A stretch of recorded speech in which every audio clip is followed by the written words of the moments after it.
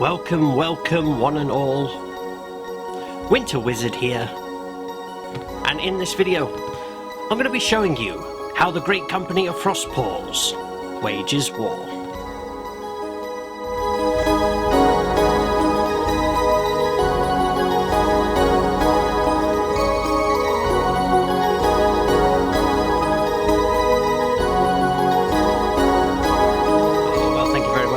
Today, whoever you are, and welcome to this little video of mine where I'm going to be showing you how the Great Company of Frostpaws wages war.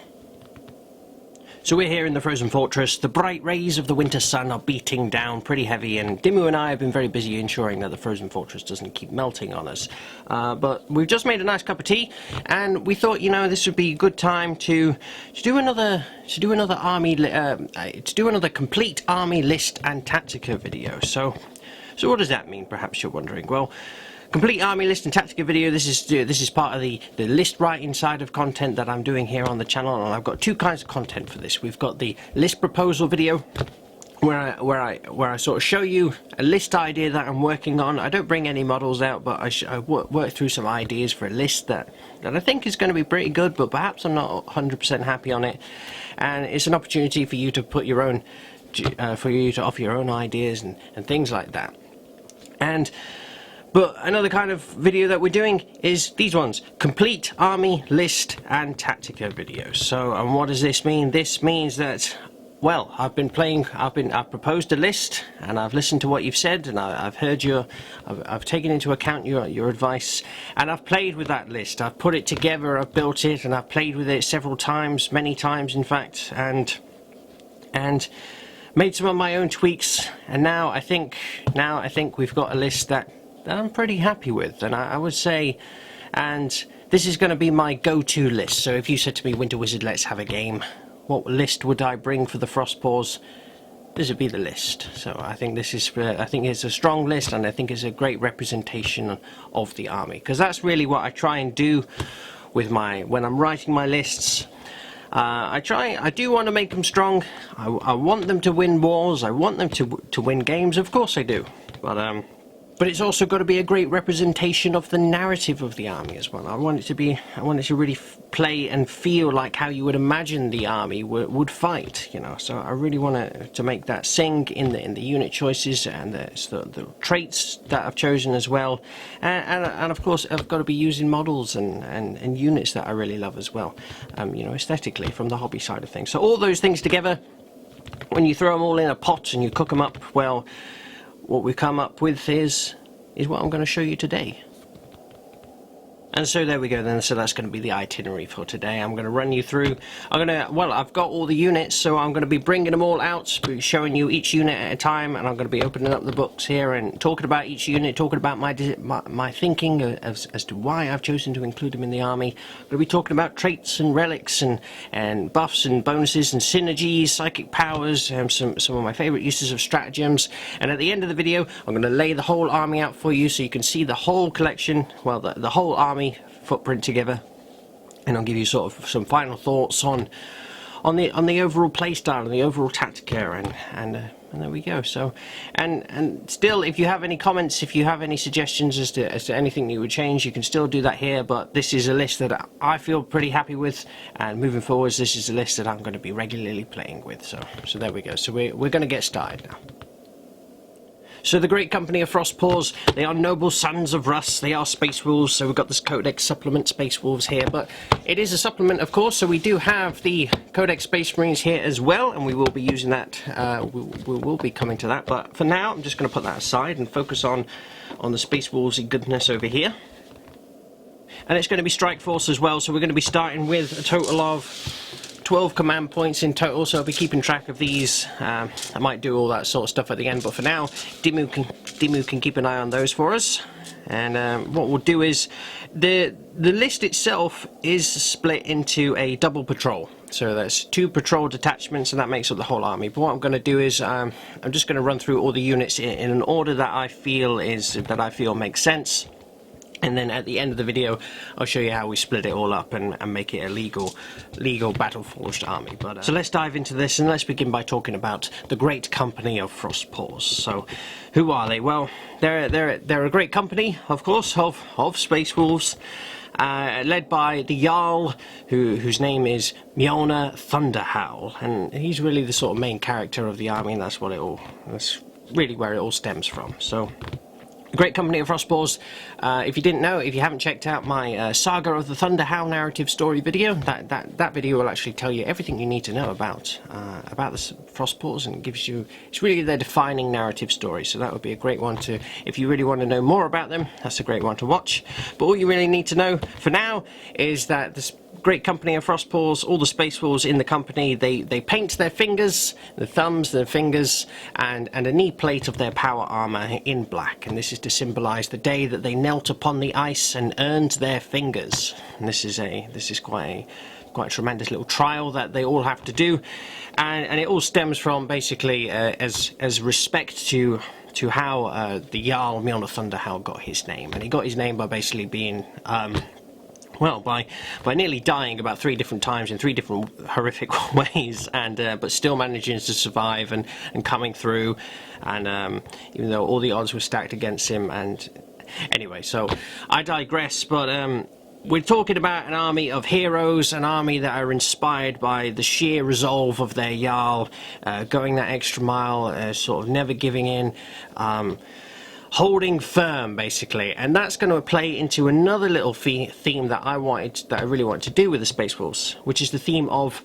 Vikings, of course. So I really wanted to have a sort of foot-slogging, sort of Viking horde type army, but what I also really wanted to do is really reflect that old Viking school tactic of raising the shield wall, and this is going to play into that resilience and resolve aspect of the Space Wolves, because Space Wolves are wonderful in combat, but they have the small issue of needing to get there, and there's a few different ways that you could go about this, but the way that I've chosen is through sheer bloody resolve. Storm shields, raise the shield wall, foot slog it up the board, be stubborn and get stuck in there. So we've got the shield wall theme in there as well. But not only that, I've also got 3 main characters in the army that are sort of representative of the sort of a bit of a nod to some of the big players in Norse mythology. So we've got a real nice sort of Viking type theme going on in this army. Sheer resolve, infantry horde, raise the shield wall, get stuck in, and there we go. So that's the Great Company of Frostpaws. So that's the theme that we want to create. So let's talk about Space Wolves quickly. We're going to be consulting the Space Marine Codex here. Let's look at their chapter tactic, which of course is called Hunters Unleashed. Here it is. So each time a model with this tactic makes a melee attack, if the model's unit made a charge, was charged, performed a heroic intervention, add 1 to the attack's hit rolls. So +1 to attack. Fantastic, which works extremely well for Thunderhammers, Power Fists, things like that, going from a 4+ to a 3+. Just a reliable number of hits coming through, you know, hitting on 2s with things like chainsaws and axes and claws and things like that. Very, very nice indeed. So we want to get into combat, we want to be punching stuff.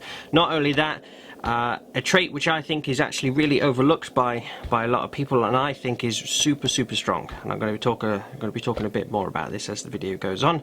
But every unit with this tactic is eligible to perform a heroic intervention as if it was a character. So every single unit in the Space Wolves army, whatever it is, from a Fenrisian Wolf to Logan Grimnar himself, every unit can heroically intervene. So you get too close to them, they'll jump at you. I think it's really strong. That is. I really love the movement aspects of this army of Space Wolves. I really love the sort of the thinkiness that goes behind the moving, the charging, and all the tricks that you can do with heroic interventions, paladin, consolidations, and all that sort of stuff. It's really great fun. It's a really cool aspect of the game. I firmly believe that movement wins games. It really does, and this is a really great army to really hone hone that skill and sort of sharpen that blade of yours, you know, in your tactical toolbox, if you know what I mean. So that's Space Wolves, and also a few extra things to talk about with them. So as well as +1 to hit, oh of course they are Space Marines, so they'll be getting Shock Assault, +1 attack on the charge, word charge, heroic intervention. But not only that, we've got, where has it gone? So here, Detachment Ability. So all the Space Marine chapters have all got their favourite doctrine. So the doctrines are the things that you cycle through in turn 1. So Devastator Doctrine buffs heavy weapons and grenades, and then you can switch to Tactical to buff rapid fire and assault weapons, and then you can switch to Assault Doctrine to buff melee and pistol weapons, and that's the one that we want to be in. Before we have Savage Fury, which is while the Assault Doctrine is active for your army, each time a model in this unit makes a melee attack, unmodified hit roll of 6, scores an additional hit, and that's brilliant. Not just an extra attack, but just a straight hit. You don't even have to roll for it. So Space Wolves hitting on 2s, unmodified hit rolls of 6s in the Assault Doctrine, popping extra hits. You can bombard the enemy with loads of attacks, and then you combine that with all your chain swords and stuff, getting extra AP in the Assault Doctrine. It's really nice. So it's an army that wants to get in, chop stuff up, slice through and smash their way through whatever stands in their way. So absolutely brilliant. So we'll leave it at that for now. We're going to start taking a look at some units. So we're going to take a little look at some data sheets now, and I'm going to start by running through the troops choices actually. So we're going to build it up from there. So I've got, something else to point out, this is a firstborn Marine only army, so there will be no Primaris Marines in this army at all, and I really wanted to do that. I really wanted this to be just firstborn only, and as much Space Force specific units as possible. So we're going to start with troops choices. We're going to build it up, the main core foundation of the army there, and we're going to start with some Blood Claws, and I've got 2 squads of these. I'll bring them out for you, like so. And now the beauty with some of the units in the Space Force is the fact that you can actually get a Wolfguard Terminator unit, Terminator model, in the unit itself. So we're starting off here with 2 squads of Blood Claws. So Blood Claws here, these are like your tactical Marines, but they're the younger pups essentially. So they got the 2 wounds each and 3 up save, the classic sort of Space Marine data profile up there. These guys are equipped with chain swords and bolt pistols, but then we've given each one. There's 2 identical squads. The pack leader, the regular Blood Claw pack leader. These have got axes, but then we've also got the Wolfguard pack leaders as well. Both of these have got Storm Shield, so in this army, every model that can take a Storm Shield will take a Storm Shield. So we've got 2 on the Terminators here, and that's going to really sort of buff up the resilience aspect of this army. The units themselves, we've suddenly given them a 2-up save and a 4-up invuln save within the unit. So you can tank hits on the Terminator, or otherwise you can actually keep the Terminator alive by tanking hits on the Marines. You can play whichever way you like. But typically speaking, what will happen is the enemy will fire at these units, and the Terminator Storm Shield will take the hits first, and then drop them, and then he'll drop, and the Marines will pick it up.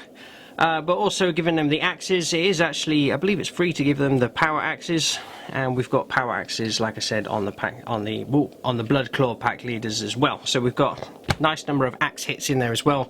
Axes I think are really nice, great utility kind of weapon. Strength 6, AP -2, 1 damage. That Strength 6 seems to just be really nice, and really nice for just chipping against big chunky things like Gravis armor, sort of Death Guard Terminators, stuff like that. Anything that's going to be toughness 5, that Strength 6 really does a nice little bit of work on it. So there we go. 2 squads of Blood Claws, loads of attacks. That's what they're there for. Lots of choppiness. They get extra attacks with Berserk Charge, which is a little rule that gives them additional attack on the charge if they've made a charge. And yeah, so 2 nice choppy troops units there, but we've got some more troops to use as well, and they are over the page. and it's going to be Grey Hunters. So the Blood Claws are the young pups, and they're the choppy ones. The Grey Hunters, the slightly more seasoned warriors, and these are essentially the more shooty ones. And again, you'll notice when I build armies, I tend to have a lot of symmetry in them, and this is no exception here. So we've got 2 squads of these as well. 2 squads of Grey Hunters. There we go. And it's a squad of 6, 2 squads of 6. That's including the Terminator, and again, Terminators, they both have the Storm Shields for that extra durability, but this time we've actually given them the Storm Bolters. Just feeling like these units, if they want to sit back on objectives a bit more, just decided to give these a little bit of the extra Dakka. Just seems to help out quite nicely. And Terminator's getting the 4 shots with the Storm Bolters all the time is very nice indeed. But same deal again. The pack leaders, giving them the power axes just for that little extra nice heavier chop. And then all the other models, they've all got chain swords. One of them has a melter gun. So really like melter guns, and that is another theme that we wanted to play in with this army. Is the well, you'll see it once we go along, but I've got a lot of melter guns sprinkled into this army. What I really didn't want to do was have one designated firepower unit to sit at the back, to be seen, to be picked on, to be obliterated, to disappear, and it's gone. So I want heavy firepower sprinkled within the army, buried away, hidden within.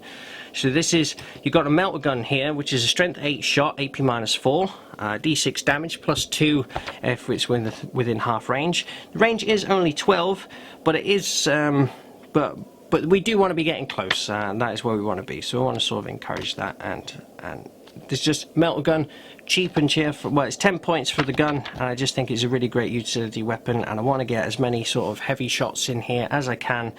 And as you can see, in order to get rid of this melter shot, you've got to get rid of all these Marines, even go through a Terminator, so it's buried in there, it's safe, so really nice indeed.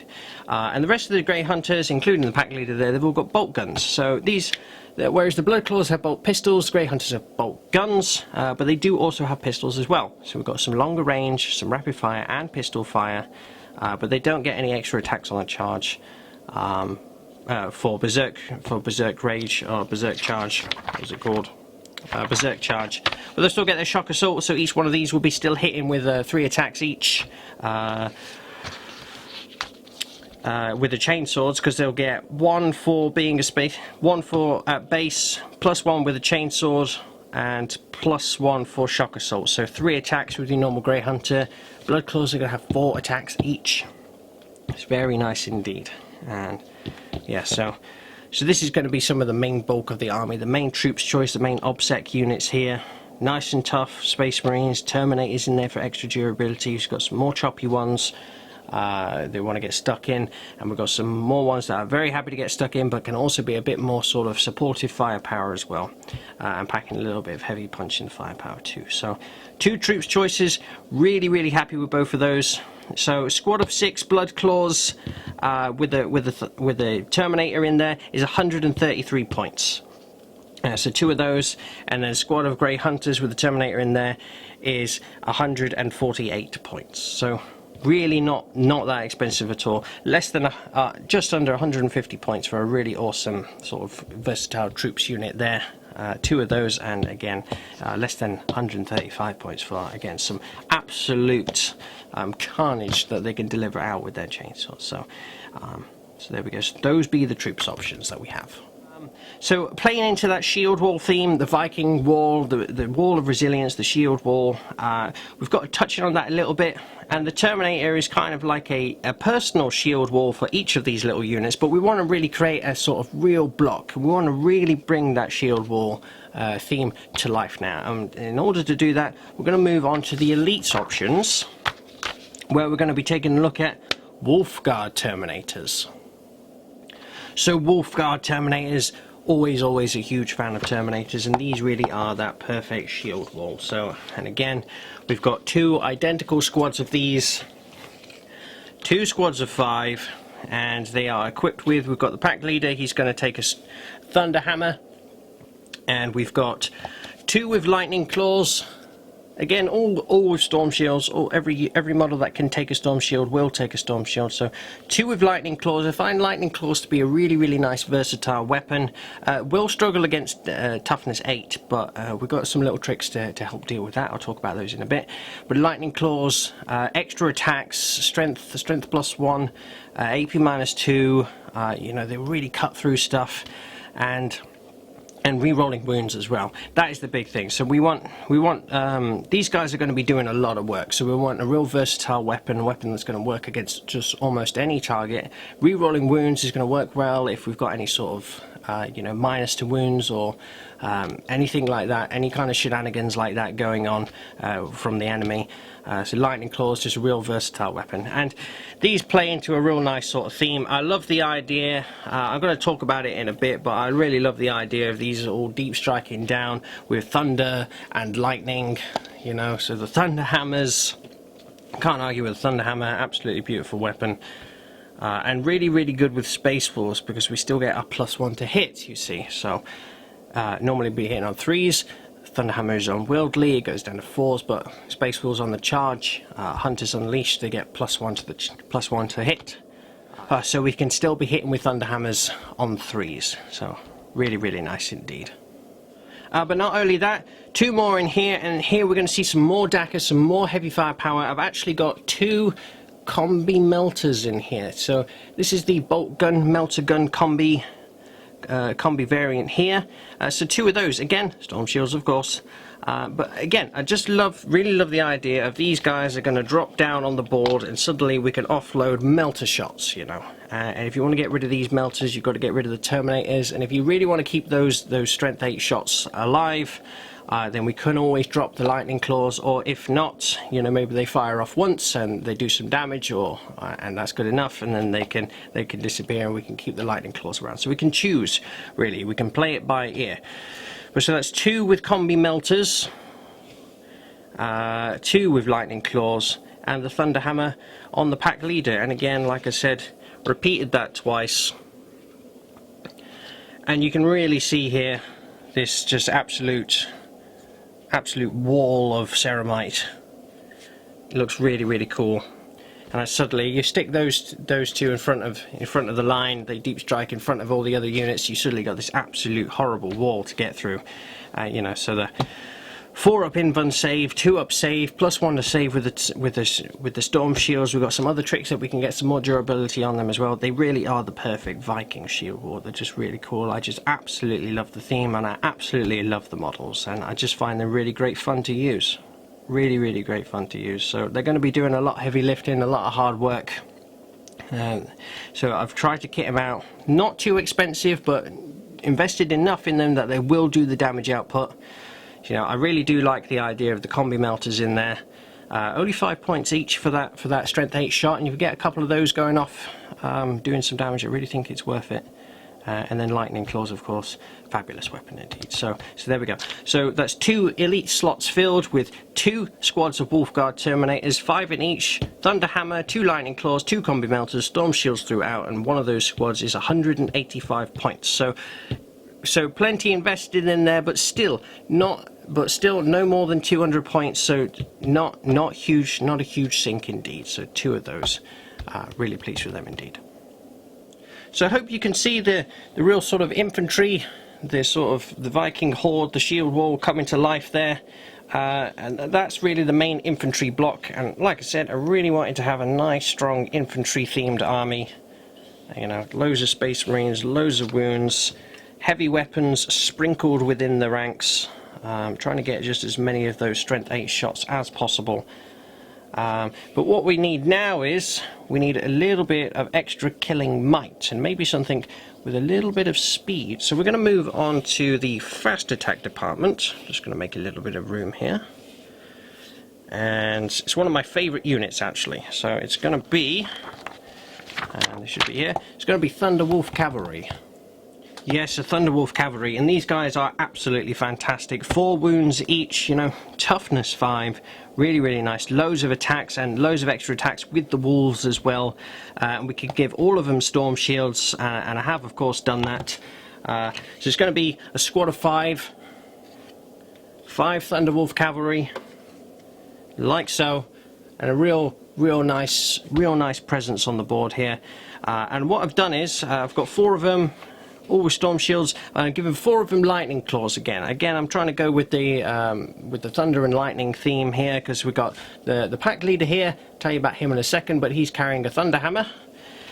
But again, I didn't want to go too expensive with these, so I tried to keep them cheap with the lightning claws, because these guys, they will get picked on. They will get picked on, because and even with 4 wounds and a 4-up invuln, 3-up save plus 1 to save, their toughness 5, they still do take a battering, and if the enemy really focuses on them, they can get wiped away. So I wanted a nice big squad, but 5 is still a good size, because it's still quite mobile with 5. You know, 6 you start running into a few extra problems, things like blast weapons, sure, but things like coherency and all this sort of stuff as well. So 5, and a 5 you can form a real sort of long line of them, like so. So I think 5 is a strong number. 5 is a really good number, and the lightning claws, just that versatile weapon. Didn't want to make them too specialist. I wanted them to be something that's going to chop through most things. If they run up against toughness 8, we've got a little stratagem which we can use on them to get +1 to wound, which is really nice. But if these guys chomp through Space Marine equivalents, or they chomp through hordes, they'll have a great time. You know, they'll rip through all sorts of stuff with the lightning claws, rerolling wounds. Really nice indeed.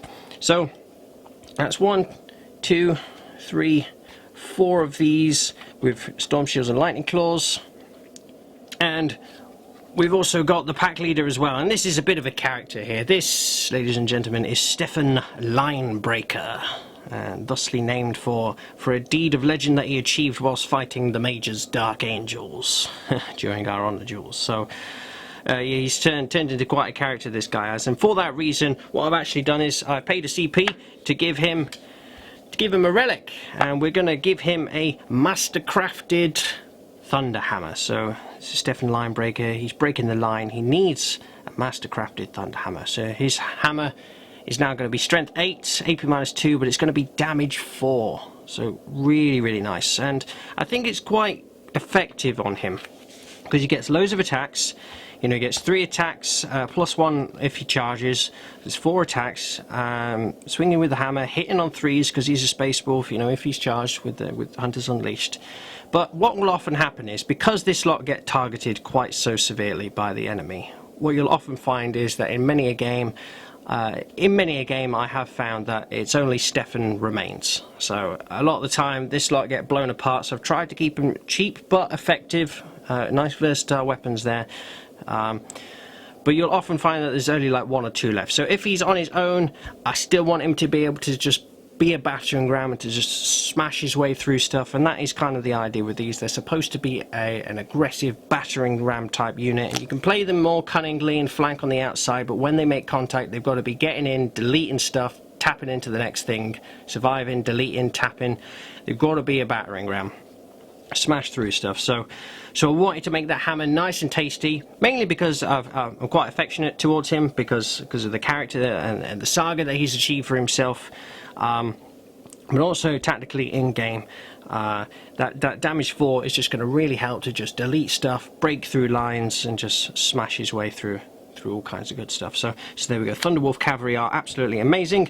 And one of the reasons for that is they've got swift hunters, and that means that these guys can advance and charge, but not only that, they get an extra inch for their pile in and consolidation. So they get 4 inches pile in, 4 inches consolidation. So really flexible, loads and loads of movement.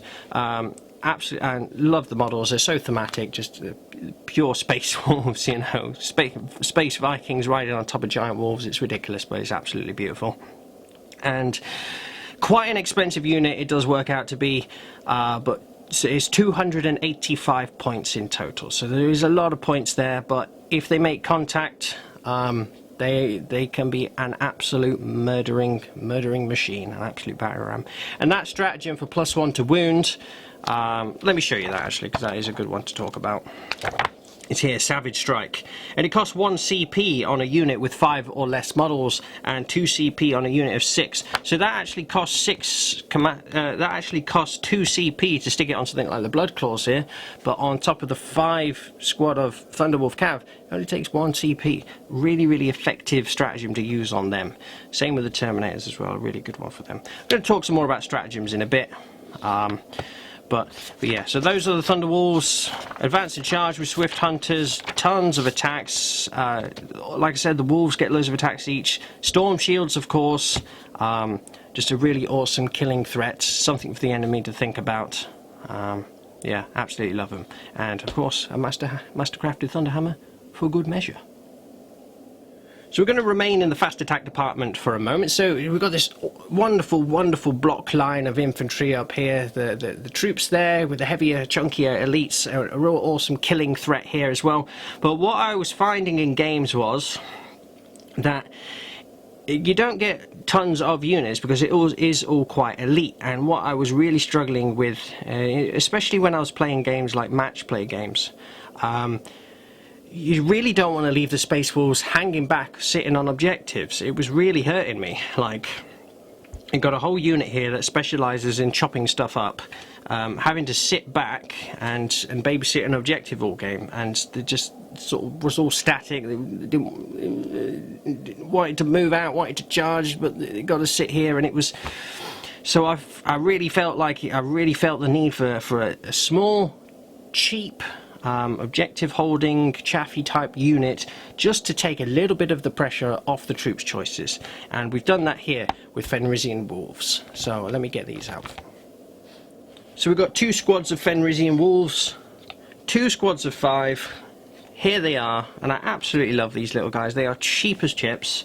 7 points each, toughness 4, 1 wound each. 6 up save, so they've got just like a doggy fur save, but well, that's all we got. But they, and I was really, so they are, they will get blown away by a stiff breeze, or even a mild breeze, to be honest with you. But and I was worried about that. I was really worried about them, especially I think the first game they did just get blown away. Somebody picked on them and they didn't do anything, and I was really worried that that's just going to keep happening all the time.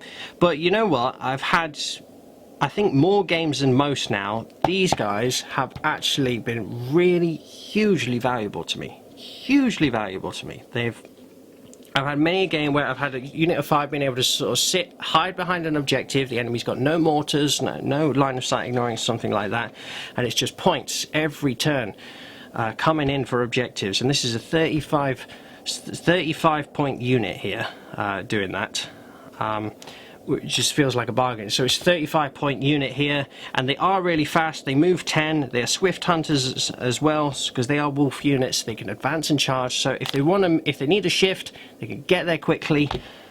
2 squads of these, helping out with objectives, being a little bit of support for the troops over here. It's the difference between a 35 point unit or nearly 150 point unit sitting on objective, not really doing much. But they've done all sorts of useful things to me. You can be really clever with how you use them. I've used them for like smite sponges. Somebody's got like bringing like Grey Knights, Thousand Suns. They bring in loads of snipers. The Thunder Wolves are charging up the board, and I don't want them to get smitten to death because smite will cut straight through storm shields. There is one weakness about the army, which I have tried and combated in a couple of ways. I'll show you that in a bit.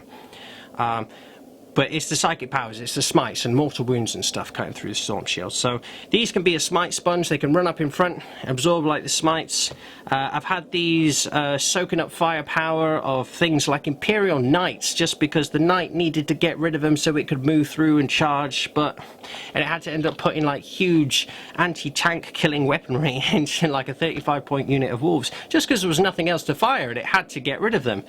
So you can really make the opponent pull their hair out with these little things. They can protect characters as well. They can be bodyguard duty and just general screening units for stopping deep strikers come through. These are such a great little toolbox unit. They are absolutely brilliant. I would highly recommend them. And yes, you are going to have games where they will get picked on, they will get blown away. You can't hide them, or you know, the enemy's got some mortars and they get flushed out. But I just think for having a go-to list, I think they've definitely got to be there. They are so useful. They're absolutely brilliant. Love them to bits. So there we go. 2 units of Fenrisian Wolves, 5 in each, and as I said, they are 35 points each. So far looking at this, 4 troops choices. We've got you know, loads of obsec bodies here, lots of choppy, lots of shooty. Some real sort of tactical units there, just real meat and potatoes stuff that's just going to really sort of be the backbone of the army. We've got the Terminators here, which are going to really hold stuff down. Going to really be that oppressive threat, that real shield wall, Viking shield wall theme coming through.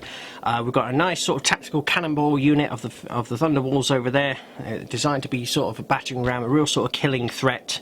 And 2 tactical sort of toolbox units to sort of alleviate a bit of the pressure off of the troops choices and just be real sort of gamey with those, and really tactical indeed.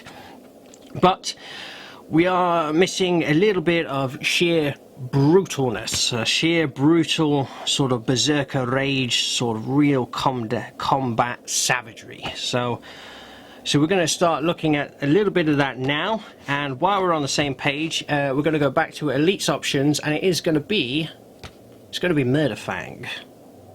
Yes, so here he is. It's Murderfang, or as he's known in the Great Company of Frostpaws. This is not Murderfang. This is Ivor the Bone Taker. There he is. So he's designed to just be. So he's a character dreadnought. He's a character wolf and dreadnought. So he moves 8 inches. He's got 2 up weapon skill, of course. Toughness 7, 8 wounds, 3 up save, and he is a character. But this guy, Murderfang, he can absolutely dice through just about anything. So he gets 3 additional attacks instead of 1 with his shock assault. So he's normally hitting at 8 attacks, and those attacks are coming through at strength 12, AP -3, 3 damage, re-rolling the wounds. He is just an absolute utter carnage monster, absolute murder machine. So brilliant. And Duty Eternal, of course, with all dreadnoughts, so -1 to damage coming through, disgustingly resilient, very nice indeed.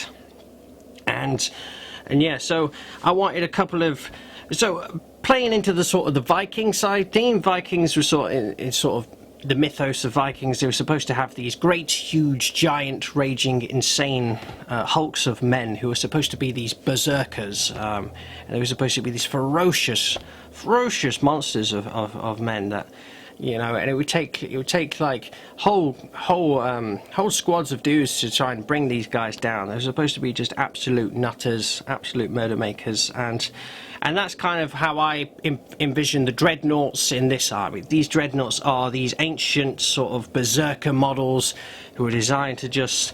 They're designed to just absolutely brutalize whatever they touch, be really hard to kill. You know, toughness 7, -1 to all damage. Is tough enough. He can be a bit vulnerable, Ivor the Bone Taker, because he doesn't have any invuln save. So if he gets hit by the wrong thing, then he will get blown away, sadly. But tough enough, you know, for general purpose. But there we go. So I wanted a couple of these character dreadnoughts. So we've got one here with Murderfang, and I'm sure you've already guessed who the other one is. It's going to be Bjorn the Fell-Handed. Yes, so Bjorn the Fell-Handed, or again, not Bjorn the Fell-Handed as he's known in this army. This is Ragnarok Blizzard Hand, and he is a mighty berserker indeed. He's toughness 8, in fact. So he's of the venerable dreadnought flavour. So he has a 6-inch move, but he has a feel no pain, actually. So he's got a 5-up feel no pain. And not only that, he's toughness 8. So he's a lot more tougher, a lot more resilient than Ivor is here. Maybe not quite as. I'm not sure who actually has more potential damage output, but Ragnarok here, Bjorn, he has the True Claw there, which is going to be strength 12. Again, 7, 8, 9, 10, 11, strength 12, but it's going to be AP -4 and D6 damage. So it can be quite swingy, but, you know, I've had Ragnarok here one-shot an entire squad of Blightlord Terminators, and that is no mean feat whatsoever. Just by rolling a little bit naughty, a little bit hot on those D6 damage, getting a few extra hits with things like Savage Fury and stuff. He can also be an absolute murder maker, and it's the reroll wounds with all the claw weapons. It's really tasty indeed. But Ragnarok here, he's got some ranged power, ranged ability as well. Oh yes, I forgot to mention Ivor. He's also packing a heavy flamer and a storm bolter here. So just a little bit of extra assistance with Daka firepower when he's getting close in range. Good for if he gets swamped down with hordes or things like that. So that's very nice indeed. Ragnarok over here, he also has a heavy flamer, but he's packing a melter gun. So you can give him a nice heavy weapon. Some choices here: las cannons, multi-melters. You can have the Hellfrost cannon as well, but the multi-melter was very nice and cheap, and I've kind of gone for a sort of multi-melter theme with the rest of the units here, so I wanted to play into that. Multi-melter is a really nice weapon, nice and reliable when you start, especially when you start getting into the, well, I say reliable, this D6 can be swingy, but the strength is really good, the AP is brilliant, and if you start getting close, which is where we want to be anyway, you get the extra two pips of damage on the weapon as well. And this is a multi-melter, so this is range 24 as opposed to range 12 with the melter guns over here, so he's going to be getting +2 damage at range 12. Which is really nice indeed. So yeah, it's a Storm Shield multi-melter theme with this army here, weapon-wise anyway. So there we go. So, and we're going to start seeing some character buffs and synergies going on now. So Ragnarok Blizzardhand, aka Beyond the Fell-Handed, he does have Rites of Battle. So all friendly core units, and that's going to be the Thunder Wolves. It's going to be the Wolfguard Terminators. It's going to be the Grey Hunters and the Bloodclaws. So all of that blob of stuff there is all core. Tons and tons of core stuff here. All going to get reroll ones to hit when they're around, or when they're around the Great Dreadnought himself. So that's going to be really nice. And again, like I said, feel no pain. Duty Eternal, -1 to all damage. Toughness 8. He's an absolute tank. Absolute monster. So there we go. Really pleased just to have these two mighty ancient dreadnought berserkers with the character keyword. You know, we'll create some nice flavour there for them. Really nice indeed. So I'm really happy with those choices. Murderfang, Ivor the Bone Taker, is 150 points. And now, considering that this guy could one-shot an Imperial Knight or one-shot Mortarion, that's an absolute bargain there. And then Beyond the Fell-Handed, aka Ragnarok Blizzardhand, he is 180 points. So again, just below 200 for what he does, for the resilience that he has with buffing power and the damage output. I'd say that was 180 points, very well spent indeed. So there we go. So we've got 2 dreadnoughts there, an elite slot and a first HQ slot as well. So now we're going to move on and look at some other HQ choices. So I thought I'd save the 3 main men till last, and this is where the list is really now going to come alive. So we're going to look at the HQ choices. Remember that I mentioned that Norse mythology sort of Viking-esque theme. And these are going to be my 3 big characters, which are going to represent 3 big players in Norse mythology. So first of all, we're going to take a look at my character who's kind of, I say representing, you know, it's a bit of a nod towards this character, but my sort of Odin figure, the wise Odin, is going to be Njal Stormcaller.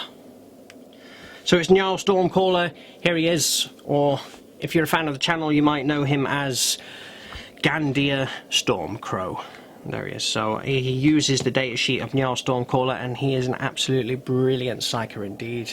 The 3 character models that I'm going to bring out, they're all in the old resin, but the sculpts are still very nice. But he is an absolute beast.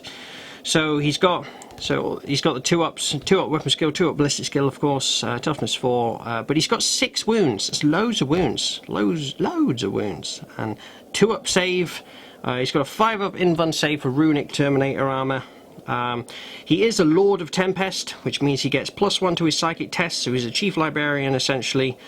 No, sorry, he is a Chief Librarian essentially because he knows he can manifest 2 psychic powers, deny 2, and he knows smite and 3 psychic powers from the Tempest discipline. I think there's a Warlord trait for the Chief Librarian where you can get +1 to your psychic tests, but he has that built in as well. One of the things I quite like about the named characters is they do often already come with things like Warlord trait and relic equivalents and stuff like that. So Gandir Stormcrow, he's the Lord of the Tempest, so he's got +1 to his psychic test, so that's really, really handy. I really wanted a nice, I just wanted one psyker in this army, but I wanted him to be a psychic beast, because I know that psychic powers are going to be a weakness for this, especially if you can dish out mortal wounds. So I wanted one character to be a psychic machine, a psychic monster, psychic iron beast, just to really hold that element of the game down, to reliably cast stuff, but also to reliably deny stuff as well. So he's got a very nice staff here, Staff of the Stormcaller. Staff of the Stormcrow, perhaps. and it says here you can re-roll deny the witch test taken for this model, so it's just really, really handy, just really, really nice. Needs to deny stuff, needs to shut stuff down, shut down smites or any sort of other trickery that's going on. Being able to re-roll that is just really lovely. So, and again, he's going to be wanting to get stuck into the middle of the board. He could in fact deep strike down with Terminators and stuff like that as well. So yeah, being able to manifest psychic powers on a +1, re-roll deny the witch tests, really, really lovely. Oh, and a psychic hood as well. So if he does get within 12 inches, he's got +1 to the deny the witch test as well. So you can get +1 and re-rolls. Really, really nice. He can hold up for himself in combat. He does have, well, he's not got loads of attacks. 3 +1 for shock assault. But the Staff of the Stormcaller is strength 7, AP -2, D3 damage, so it's quite a mean stick there. So there he is. So that's Njal Stormcaller, a real awesome psychic machine. I'm going to talk about psychic powers now. We've got the Tempest discipline here, and all these are really good. Because he's the Chief Librarian, what I tend to do is I tend to just say that he knows all of them and pick which ones I tend to like, which I think are going to be really helpful on the day. Normally I do, if I've got multiple psychers, I normally tend to designate psychic powers to them, and that tends to be their go-to. But because he's my only one, and he is the Lord of the Tempest, he is the Stormcaller, the Stormcrow rather. He's gonna. I like to pick which one I like to do on the day, but I do tend to have my favourites, which I usually tend to gravitate towards. I really do like Living Lightning, so you'll very typically see me take that. It's like, it works really well with smite, because you could smite and then you could do this as well, and it's another D3 mortal wounds, and then roll a dice on a 2 to a 4, closest enemy unit within 6 suffers a mortal wound, or on a 5+ D3 mortal wounds. So it's like a smite that could zip out and you know, the lightning shooting out and bolting out as somebody else. So Living Lightning I typically do take. Murderous Hurricane has been very, very handy indeed. This allows me to point at an enemy unit and they fight last, and also they can't fire Overwatch unless they're within a terrain feature. So again, really, really useful. Space Wolves, we want to be doing the hitting. We do not want like kamikaze, like you know, melee threat units. Say like a friend of mine, he's got Sisters of Battle, and it's mostly a shooting army, but he's got a couple of like just crazy melee threats. So I want to shut that nonsense down before they get to hurt me, you know, and punch them first. So Murderous Hurricane has been very, very helpful for that. Things like Stormcaller is really nice, getting some light cover if I want to be, if I'm anticipating need to be a bit more defensively. Stormcaller is a good pick, a favourite pick, but also again, Instincts Awoken is really, really good. This allows me to point at a friendly unit and get in the assault doctrine early, because that is the doctrine that we want to be in. We want to be getting 6s exploding extra hits. We want to be getting extra AP on our weapons, and if we are already in the assault doctrine, 6s will get a further additional point of AP. So typically speaking, I would be taking Living Lightning, and then probably 2 of these other 3: Murderous Hurricane, Instincts Awoken, Stormcaller. Those are the 4 that I tend to cycle around for Gandir Stormcrow. So that's Gandir, absolute psychic machine. The Stormcrow there, really, really pleased with him, really happy to have him in the army. I was considering maybe using him as a Space Marine Librarian in Terminator armor and giving him some custom traits and things like that. But you know what, I really, really love the data sheet of Njal here, and I think it's just, you know, you spend, how much is it? It's 140 140 points, and you get loads and loads of goodies in here, and it doesn't cost you any extra CP or anything like that to get it all. So really pleased with Gandir Stormcrow. So that's the first one. That's our Odin, sort of, that's our nod to Odin. So we're going to take a look at another character now, a slightly more mischievous one. So for our next character, we're going to have to turn over to the Space Marine Codex, because we are taking a look at, it is going to be, where is he? It's going to be a chaplain, or as I should say, it is going to be a wolf priest. So it's a wolf priest. This is, you know, so a wolf priest is essentially a chaplain for Space Wolves, but they also have sort of apothecary duties as well. And this is going to be my nod to the god of Loki in Norse mythology. So this, ladies and gentlemen, this is possibly one of my favourite characters of all time. This is Floki Firemane. There he is, and Floki Firemane. I've taken a Lucas the Trickster model here, and turned him into a wolf, turned him into my own wolf priest. So there he is. That's my kind of little nod to Loki, the god of mischief, the god of cunning, and he's going to be a chaplain. So he's a great teacher and a great leader, but he's also a bit of a trickster as well. So he's full of tricks. He is. But first, he is a spiritual leader, so friendly units within 6 inches are going to get leadership 9, because they can use his leadership. So he's supposed to be an inspirational character. People are supposed to follow his teachings. Yeah, that's the job of a wolf priest. So really nice that they can benefit from his leadership. He's got a 4-up invuln save. Really nice. Really handy indeed. 3 attacks, which isn't loads of attacks, but I'm going to talk about that in a minute. And of course, he's going to be swinging with a Crozius Arcanum, which is strength. It's going to be strength 6, AP -1, 2 damage. So it's pretty nice. You can do a nice little bit of work with that, I suppose. So the chaplains are going to shine because or the wolf priests rather, they can bring into play the litanies. So these are going to be very helpful to us indeed, because I do pay the points to make Floki a Master of Sanctity, so he's going to know 2 litanies instead of just 1. I don't give him the Wise Orator Warlord trait. I did think about that a lot. I have given him a Warlord trait, but I'm going to give him a different one to that. But we are making him a Master of Sanctity, so he will know Litany of Hate, of course. You know, reroll hit rolls for friendly core and character units when they make a melee attack. But I don't think I've ever really used that, because Space Wolves seem to be so good at hitting anyway. But what I normally end up using is Canticle of Hate. Well, I will always take Canticle of Hate. So when this litany is inspiring, a friendly chapter core or character unit is within 6 inches of the priest, you can add 2 to charge rolls made for that unit, which is absolutely amazing. Add 2 to charges, which we really need some extra buffs and help with getting our charges off with the Space Wolves. So this is one way of getting that. 2 inches extra charge when they're within 6 inches of Floki, but not only that, when units make a pile-in or consolidation move, they get to move an additional 3 inches. Now this is going to be where that, where the heroic intervention stuff of Space Wolves really comes into play.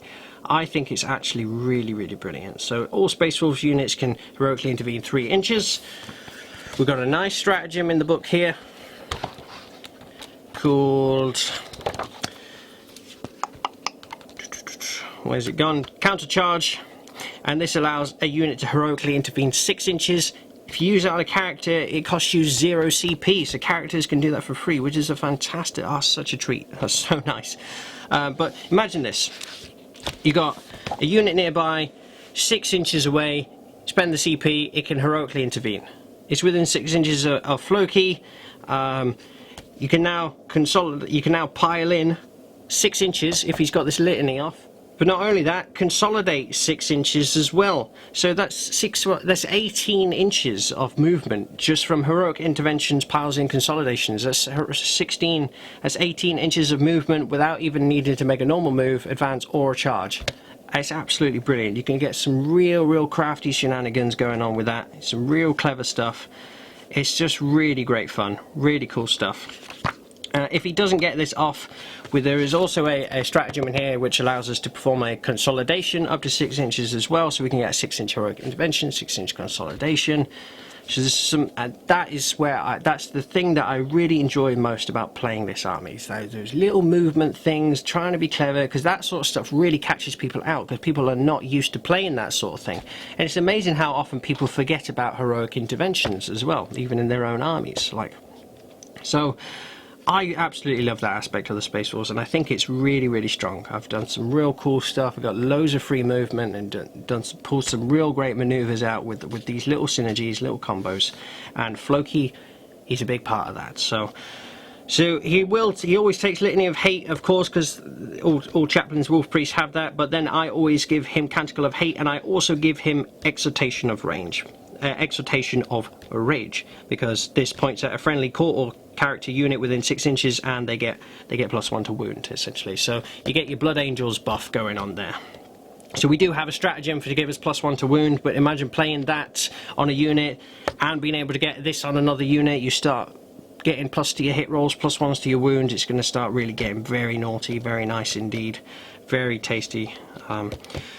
Yeah, absolutely love it. So those are the 2 litanies that Floki takes. But Floki's fun doesn't stop there. I forgot to mention, actually, I did equip him with, I used to run him with a plasma pistol, and I used to give it a special relic, but I found it just a little bit lackluster. I really did like it, but then I actually realised, I didn't notice this at first, you can actually give a chaplain a combi weapon. So I was really pleased to find out that I could get another melter shot going off in this army. So Floki here, he has a combi melter there, which I've just customised with all kinds of trophies here. Little melter gun of his, which I've called the Breath of Morkai, and that's his signature weapon there. He does carry his plasma pistol sometime, but nowadays he favours his melter gun. So that is actually going to be all the melter shots that we've got in this army. So currently, just to quickly talk about this, we've got 1, 2, 3, 4, 5, 6, 7, 8, 9.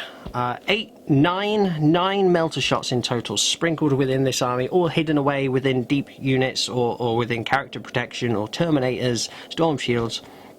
So that's the firepower. It's all within there, sprinkled in. I think it's really effective, and it has been really good. Those firepower punching out for 5 turns a game. Really, really cool. Obviously, you do need to get close, but that is where we want to be.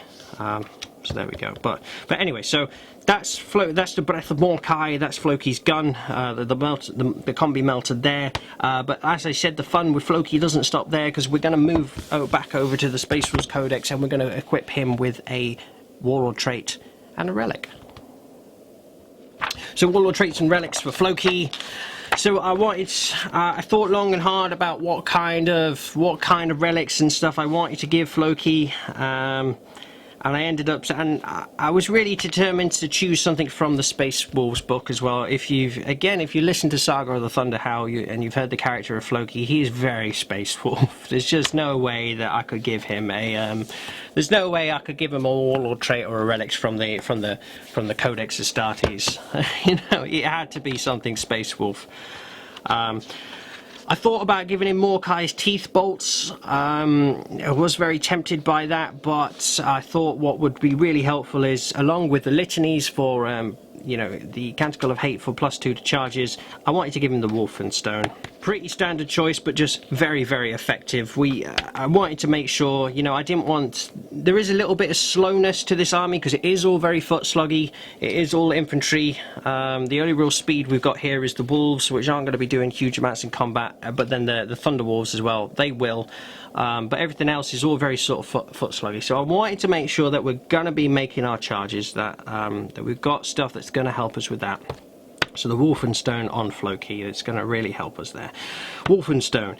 Core units within 6 inches, reroll charge rolls. Perfect. Nice and simple, easy to remember, and very, very effective indeed. So imagine if Floki can link up with... I did think about actually making him a Terminator, but then it didn't really fit. It didn't really fit quite right with his character. He's more of a basic power armor, hanging around with the blood claws and things like that type model. So, and the Lucas the Trickster model as well. It did come as a normal one, as the normal Space Marine tactical armor. So But what I could have done is I could have made him a Terminator, drop him down with the Terminator bomb, and get his litany off, and immediately, you know, with the stratagem to make it automatically go off, and then we've got Terminators dropping on the board with +2 to their charges and re-rollable. Now that is a killer bomb right there. So maybe one day I might put Floki in Terminator armor, but for now, I'm very happy him staying the way he is, you know, running up the board. He runs with the pack, you know, he's going to run with the Blood Claws, run with the Grey Hunters, and that's where I want him to be. I want him to be buffing them. So I'm very happy for him to stay the way he is for the time being. But what he could do is he could link up with the, you know, he could link up the board. The Terminators could drop nearby him and then get the buffs going off as well. So we do have ways of doing that. So re-roll charges for core units within 6 of Floki. But not only that, once per battle, nice little buff addition here as well. We can get our Savage Fury going off on a 5 instead of a 6. So once per game, I could point at maybe the Blood Claws and they'll get extra hits on 5s instead of 6s. It's just a nice little bonus to have there. Very nice indeed. So that's the Wolfenstone relic there for Floki. So that's going to cost us, well, we do get 1 relic for free, which, so we've already taken one away for Stefan over there. So there's a relic for Floki there. But again, we are going to, as I said, we are going to give him a Warlord trait as well. And like I said, I couldn't bring myself to give him one from the Codex Astartes. It had to be Space Wolves. It had to be Space Wolves for Floki. So, and I thought long and hard about what I wanted to do with these Warlord traits, and I really did. And I was very tempted to go for Hunter, which gives him +1 to his advance and charges, and he's eligible to charge in a turn in which he advanced or fell back. So that goes into the nice sort of nice trickery, and he is a hunter, and you know he's got these. He can run out and charge back in and stuff. Seemed really nice. But I wanted it to work well with the Saga because they have a Deed of Legend. If you don't know how this works, they get an initial trait, then they also get a Saga ability which becomes activated when they achieve a Deed of Legend. And so, for example, the Hunter here, he gets his buff, but his Deed of Legend is successfully charge an enemy unit with this model. So he makes a charge, and suddenly he activates his Saga buff for the rest of the game. The buff is, while a friendly Space Wolves core unit is within 6 inches of this model, the unit is eligible to declare a charge in a turn in which they advanced. Yes, while a friendly Space Wolves core unit is within Swift Hunters, with the Swift Hunters abilities within 6, that unit can declare a charge in a turn in which they fell back. So Swift Hunters is the Wolves. So the Wolves can declare a charge in a turn in which they fell back. And the Hunters can charge when they've, well, just the other units they can charge if they've if they'd advance. So advance and charge. But thing is, I felt like once we're there, he's made his charge, he's running with the pack anyway, they're probably already there. I don't know how much they'll then need to advance and charge. Maybe it would be really helpful. I could give it a go, but I'm still quite drawn to, and it is the one that I've given him, I'm still drawn towards the Wolfkin. And what this does is, for the purposes of its Shock Assault ability, this Warlord is treated as always having made a charge move. And not only that, he gets D3 additional attacks instead of 1. So he always gets his Shock Assault. He gets D3 attacks instead of 1. And I like that a lot because he doesn't have loads of attacks and his weapon's not the most killiest. So I wanted to just make sure that he's got just a little bit of extra punch going on there. Just to make sure he can take care of himself. So I do still really like the Wolfkin. And it kind of just feels right. It just feels like Floki. So his Deed of Legend, he needs to slay an enemy model. So kill something. Brilliant. And not only that, once he does that, all friendly Space Wolf units within 6 always count as having made a charge move for the purposes of their Shock Assault. Now I like that a lot because I've had a few games with the Space Wolves, and one of the weaknesses that I found with them was when they get bogged down, when they get stuck into combat, something that they can't quite break through. And what happens is they start to then lose their buffs. They lose their +1 to hit and they lose their extra attacks, and then they get stuck and they become useless and they fall apart. So I was quite worried about that moving forward, so I really was quite drawn towards the Wolfkin because I like the idea that if he's bogged down and units are getting stuck and choked up in combats, they're still fighting hard. You know, they're still getting their extra attacks. They're fighting harder and longer. You know, and they're playing into that resilience. You know, the shield wall, you know, paying homage to the saga of the Thunder Howl, fighting harder and longer. It just seems to work. So I might be tempted to try out the Hunter, but for now, for my go-to, for what really does feel like Floki's Warlord trait, Floki takes the Wolfkin. So there we go. We're going to give him a Warlord trait there, and I will spend a CP because he is not the Warlord. But so there we go. And that's my nod to my Loki character, the bag of tricks. And if you listen to the character in the story, he's a little bit so he's a bit funny, he's a little bit mischievous, bless him. But there we go. So there's only one more unit to see, and we're saving the best till last. And so the final unit, the final character, the final HQ, it is the man himself. It is who it's all about. This is Mjolnir Thunder Howl. And here he is. And as in this army, he plays using the datasheet of Arjak Rockfist. So, and he is an absolute tank, an absolute monster, absolute beast. He's This is my nod to a Thor character, quite clearly. He's got a hammer, which he can throw, so let's have a look at him. He's absolutely brilliant. Open ballistic skill 2 up. He's actually strength 5, so he's stronger than pretty much all the other Space Marines. Strength 5 Space Marines, so his hammer is going to be times 2. He's going to be hitting at strength 10 with his hammer. He's an absolute ox, you know. Toughness 4, 5 wounds, nice number of wounds, 4 attacks, +1 with shock assault, 2 up save. He's got the Anvil shield, which is his shield here, so 3 up invuln save. Friendly units within 6 inches get reroll wound rolls of 1. So I've got my character, I've got my captain reroll, I've got my lieutenant reroll, so which is essentially I've got my Warlord and my Wolfguard battle leader rerolls going on here. Reroll hits from Ragnarok over there, reroll wounds from Arjak, from Mjolnir over here.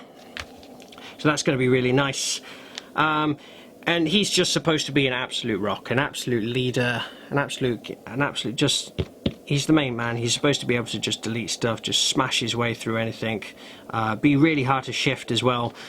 So he's got a 2 up save, 3 up invuln with the shield, which is really nice indeed. 3 up invulns are becoming very rare these days, so the fact that he can carry one is absolutely brilliant.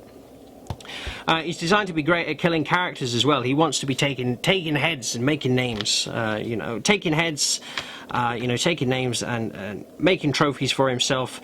Because his hammer, as I said, strength times 2, it's AP -3, so it cuts. It punches deeper than a normal hammer does, and it's damage 3, which is brilliant.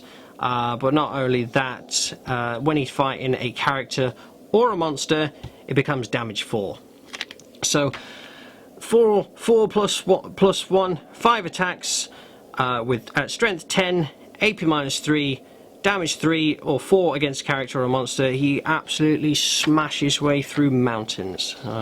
He's an absolute beast. Oh, and not only that, if he's targeting a character, he can re-roll his hits as well. So those 2s to hit, 4 dice needing 2s, and you roll a couple of 1s, that can be really frustrating. But if he's fighting characters, he can re-roll that as well. So that's what he's designed to be. He's designed to go up against the enemy warlords, against the enemy characters. You know, he's supposed to go up against the toughest of characters and just hold his own and be an absolute rock, be an absolute inspiration for the rest of the troops here. So there we go. So that's Mjolnir, and of course he is the Jarl. He needs a Warlord trait, and his Warlord trait, obviously using the datasheet is Arjak. He has a set Warlord trait, but it is exactly the one that I want. It is absolutely perfect. It is Resolve of the Bear. So Warlord trait there for Arjak, for Mjolnir. Resolve of the Bear. So he's got a 6 up feel no pain, absolutely brilliant, playing into that toughness, the resolve, the sheer bloody resilience and the grit in his teeth. But not only that, little extra thing here, the enemy can't re-roll the wound roll or the damage roll against him. Really nice, great for things like lieutenant buffs on enemy Space Marines, or things like plague weapons and stuff like that, re-rolling wound rolls of 1. Absolutely fantastic. And then his saga, this is what it's all about. all he needs to do is lose a wound, which is quite funny because we've made it actually quite difficult for him to lose a wound, you know, with a 2-up save and a 3-up invuln and 6-up feel no pain. But if he does lose a wound but doesn't die, he activates his Saga and he develops a 6-inch bubble of 6-up feel no pain for friendly units, core units I should say. But again, you see the amount of core stuff that we've got here. There's loads of core stuff.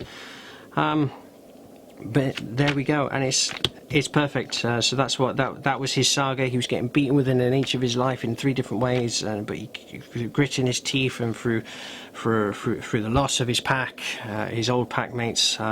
He kept going, and with frozen fingers, broken bones, skewered limbs, and God knows what else, he managed to survive, and that was the inspiration for the Saga of the Thunder Howl and the birth of the Great Company of Frostpaws. So, and this is the perfect Warlord trait, I think, to replicate that. So that's me on the Thunder Howl, and that's the final unit choice. Those are all the units. That is the army. So what I'm going to do now is I'm going to talk a little bit about stratagems here for a second, and then I'm going to zoom out and show this army all set up and do a final little bit talk about tactics. So just to quickly cover some favourite stratagems here, I really like Savage Strike. Of course, is perfect. You know, +1 to wound, works really well on especially on the Terminators and the Thunder Wolves because they are still only at units of 5. That one's absolutely fantastic. Healing Balms. I kind of wish, you know, the option for a wolf. I feel like this book. I love this book, but it did lose a little bit of the Space Force flavour on it. And one way that I think they could have done better with this is to maybe just pay a CP to turn your Wolf Priest into, you know, to give him healing balms, and he can use these throughout the game. But instead you have to pay 1 CP in the movement phase to heal an enemy D3 wounds within 3. So the option's still there. I just wish it wasn't so you know, so expensive, you know, having to pay a CP every time you want to do it, but never mind. Cloak by the Storm. If you want to play really defensively, SAGA needs to manifest a spell, and then for 2 CP he develops a 6-inch bubble of -1 to hit. So you combine that with the get everybody in cover with Stormcaller, and then Cloaked by the Storm. You get all your units within 6 inches in cover, -1 to hit. That's really tactically really great. Deed worthy of a Saga. So if a character does actually achieve one of the deeds from one of these sagas, actually for 2 CP, I can actually give him the Saga ability that goes with the deed for the rest of the game. It can be quite handy. Countercharge is a favourite, which is the 6-inch heroic intervention. And it's 0 CP on a character, so that's absolutely fantastic. Keen Senses is very cool, so if we want to ignore ballistic skill or weapon skill modifiers, and not only that, each time we make a charge roll, if the enemy's got some kind of charge roll manipulating shenanigans going on, we can ignore those as well. So Keen Senses is a really good way just to turn off any sort of tricks where we're getting minuses to hit or minuses to ballistic skill or penalties to our charges. You know, things like impulsive fields or the Necron, the Chronomancer Nanomind things that he's got. So that's a really good way to just shut down some stuff. Runic Wards is one I really like as well. So this is, and I do use that, and this is one that the Fenrisian Wolves can do as well. So it's any unit, any Space Wolves unit within 12 inches of an enemy Psyker can attempt to deny the Witch. It's really handy. So maybe Gandir's a little bit far away, there's quite a few Psykers around. That one can be very handy indeed for, you know, 1 CP to potentially shut down a really crucial psychic power. Very nice indeed. But there we go. So those are some favourites. Where is it? Oh, Relentless Assault, that's it. This one gives us an extra 3 inches to consolidations for a CP. So we've got 6-inch heroic interventions here, 6-inch to consolidations here. Really nice indeed. You want to jump ahead and tap something out. We've got our healing balms, some extra punch here. Bestial nature as well if we want to get the benefit of the assault doctrine early. It doesn't give us the so it doesn't actually give us the 6s popping extra hits, but it gives us the extra AP if we want that. But there we go. Some real cool tricks here. Some really great stuff. Just a real great toolbox of stuff. So that's the stratagems. I'll talk about talk about these objectives quite recently. One that if we are playing match play, one that I always end up choosing is Warrior Pride. So making charges, getting in engagement range is a no-brainer. That's where we want to be, so that's a great one. 3 points every time for doing that, so I always end up picking that one. I usually tend to do things like engage on all fronts with these as well, and then typically something killy, a bit like Assassinate or something like that. So those are kind of my favourite match play secondary objectives to use. But anyway, so we've rambled on quite long enough, so I'm gonna set all this up, zoom out a little bit and give you a good look at what the whole army looks like together, talk a little bit about command points here and how the army is structured, an overall total of points, and a few closing thoughts, and then we'll wrap this video up from there. Here we are then, so this is the army all laid out on the table, and I'm very, very pleased with the way that it all seems to look. When I put an army together and I look at it on the board, sometimes I just sort of get a feeling that that's the one, that's the right force right there. I'm really pleased with it. Really love this sort of the Viking shield wall. I keep talking about it, but I really love the sort of infantry, the heavy infantry, the shield wall type thing. Tons of storm shields. There is altogether, you've got 5, 10, 15. 1, 2, 3, 4, 19 storm shields plus the anvil shield altogether here. So that's 19 storm shields, 19 4-up saves plus 1 to armor saves, plus the 3-up invuln save on the art there. That's absolutely tons of storm shields. That is the pure resilience of the army right there. And not only that, and talking about the heavy weapon, the heavy firepower sprinkled into the army, buried deep in there where it needs to be dug out in order to get rid of it. So there is no like designated firepower unit here. I really did not want to do that. It's just a recipe for disaster. It's a disaster waiting to happen. So I wanted heavy weapons sprinkled into these troops. So we've got here 1, 2, 3, 4, 5, 6, 7, 8, 9 melter shots altogether buried in the army. 2 of them are multi-melter, the rest of them are melter guns, buried in the army, dug in there, hidden away, firing as turn after turn. And in order to get rid of them, you need to actually you either need to kill a character or kill the whole unit itself to get rid of them. So I absolutely love that.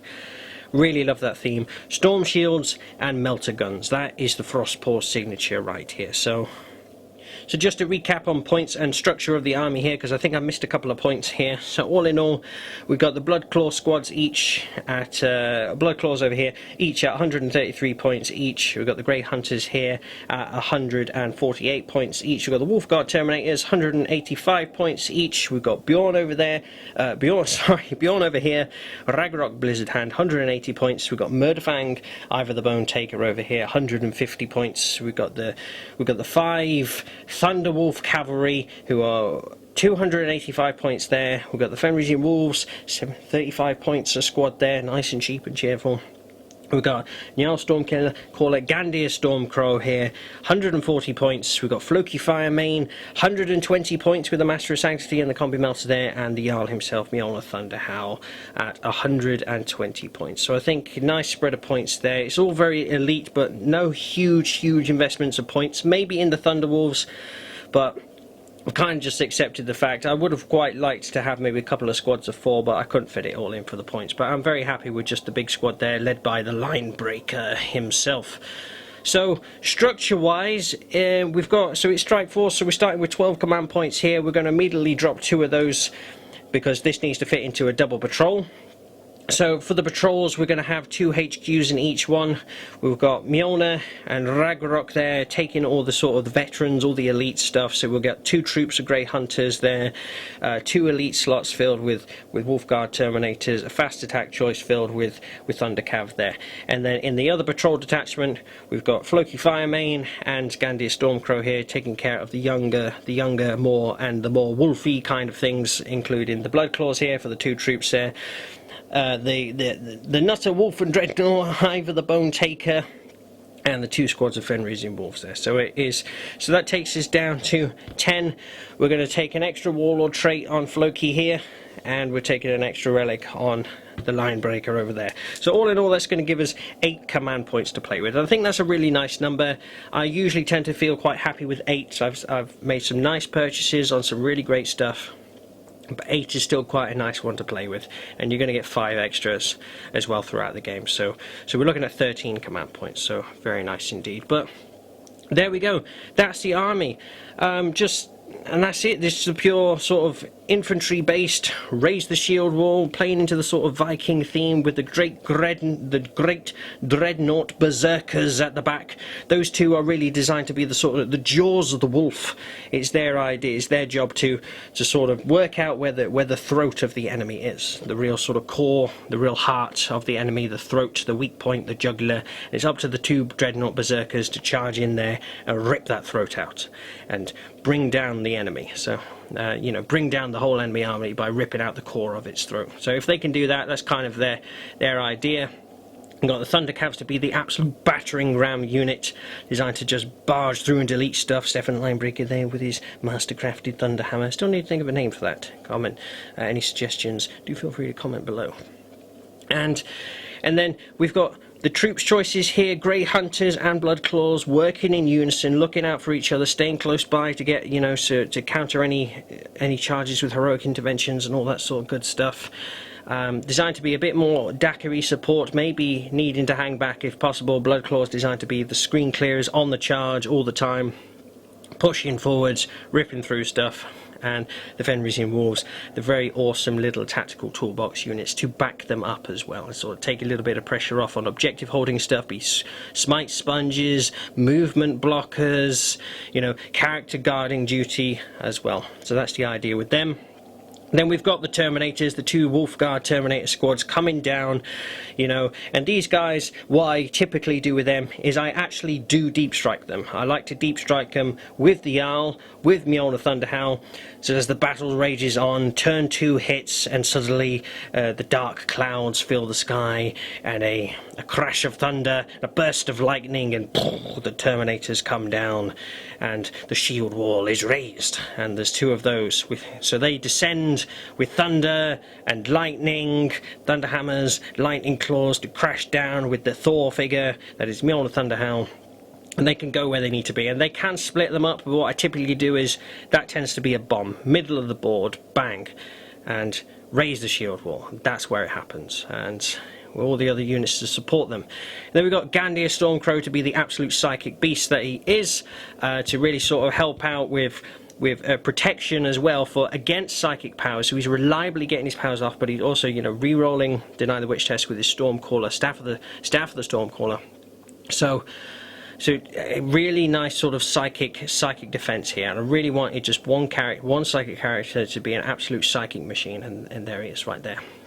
And then of course we've got Floki Firemane, the real, you know, he's there to really sort of lead, to run with the pack, really lead the troops, give the bonuses to charges and that sort of stuff, and the Saga, the Wolfkin, to really make sure that units are still punching hard, fighting harder and longer, you know, and cleverer than, as hard as they can for as long as they can, and that's his duty with the litanies, his warlord trait, the Wolfenstone, and that's how it all supposed to work together, and that's it. So I hope you can tell that this army, I adore this army, I adore Space Wolves, I absolutely love playing with this army. So this is the list, and this is the Great Company of Frostpaws. I really want to know what you think of the army down in the comments section below. Get down in the comments and tell me everything that you think. Do you think it's a strong army? Do you think it's competitive? Do you think it will do well in match play? Do you think it will do well in open play, in the open war deck? Do you think it's a strong list? Are there any tweaks, any changes, or any recommendations that you personally would do, or that you have? How do you reckon this army would? How do you reckon one of your armies will get on fighting this army on the tabletop? And do you like the theme? Do you reckon it's a good representation of how you expect the Great Company Frostpaws to fight? How do you like the sort of Viking element of it, the shield wall, the nods to Odin, Thor and Loki here, the berserkers and all that good stuff? So really want to know what you think. But for now, this is the Great Company of Frostpaws, and this is the way they wage war. Well, and there we have it then. So that was the Complete Army List Tactica video for the Great Company of Frostpaws. So I really hope that you've enjoyed the video. If you have, then a like and a comment would be very, very much appreciated. And of course, if you'd like to see more of what goes on here inside the Frozen Fortress, then perhaps you'll also consider becoming a subscriber. And once again, whoever you are, thank you very, very much for joining me today. I'm Winter Wizard. That's Dimmu. And for now, keep it frosty.